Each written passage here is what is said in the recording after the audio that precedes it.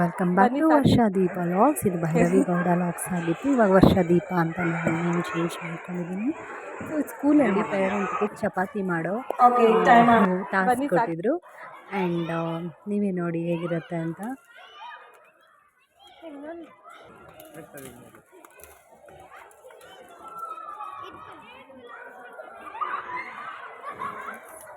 ಸ್ಕೂಲ್ನಲ್ಲಿ ಪೇರೆಂಟ್ಸ್ಗೆ ಏನೋ ಒಂದು ಇವೆಂಟ್ ಥರ ಕರೆದಿದ್ರು. ಸೊ ಅಲ್ಲೆಲ್ಲ ಟಾಸ್ಕ್ಗಳು ಕೊಡ್ತಾರೆ, ಗೇಮ್ಸ್ಗಳು ಕೊಡ್ತಾರೆ. ವಿನ್ ಆಗಿರೋರಿಗೆ ಪ್ರೈಸಸ್ ಕೊಡ್ತಾರೆ, ಫಸ್ಟ್ ಸೆಕೆಂಡ್ ಥರ್ಡ್ ಅಂತ.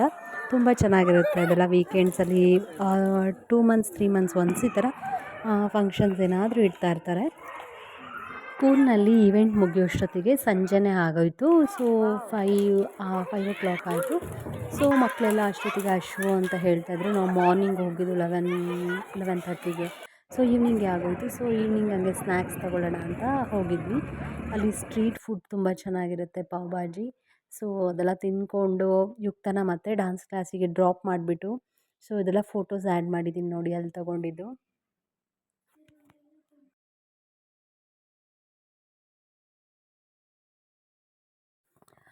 ಮತ್ತು ಇನ್ನೂ ಯಾರೆಲ್ಲ ಸಬ್ಸ್ಕ್ರೈಬ್ ಮಾಡ್ಕೊಂಡಿಲ್ಲ, ಸಬ್ಸ್ಕ್ರೈಬ್ ಮಾಡಿಕೊಂಡು ವಿಡಿಯೋನ ಪೂರ್ತಿ ನೋಡಿ ಆ್ಯಂಡ್ ಸಪೋರ್ಟ್ ಮಾಡಿ.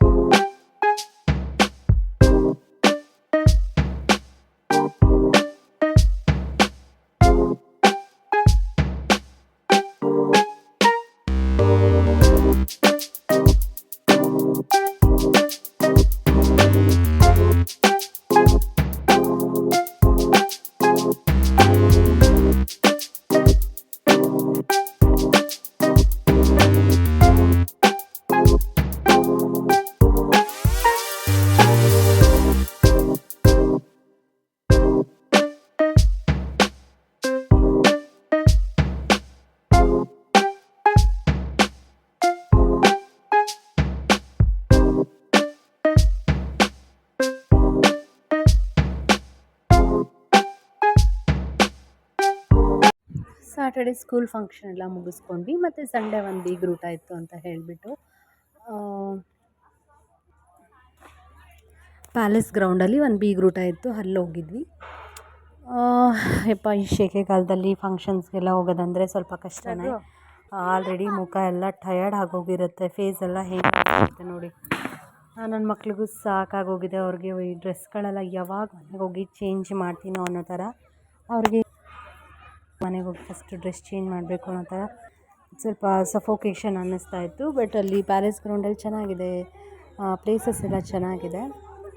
ಸೊ ಇದಾಗಿತ್ತು ಇವತ್ತಿನ ಲಾಗ್. ನಿಮ್ಗೆಲ್ಲರಿಗೂ ಇಷ್ಟ ಆಗಿದ್ರೆ ಲೈಕ್ ಮಾಡಿ, ಶೇರ್ ಮಾಡಿ, ಸಬ್ಸ್ಕ್ರೈಬ್ ಮಾಡ್ಕೊಳ್ಳೋದನ್ನು ಮರಿಬೇಡಿ.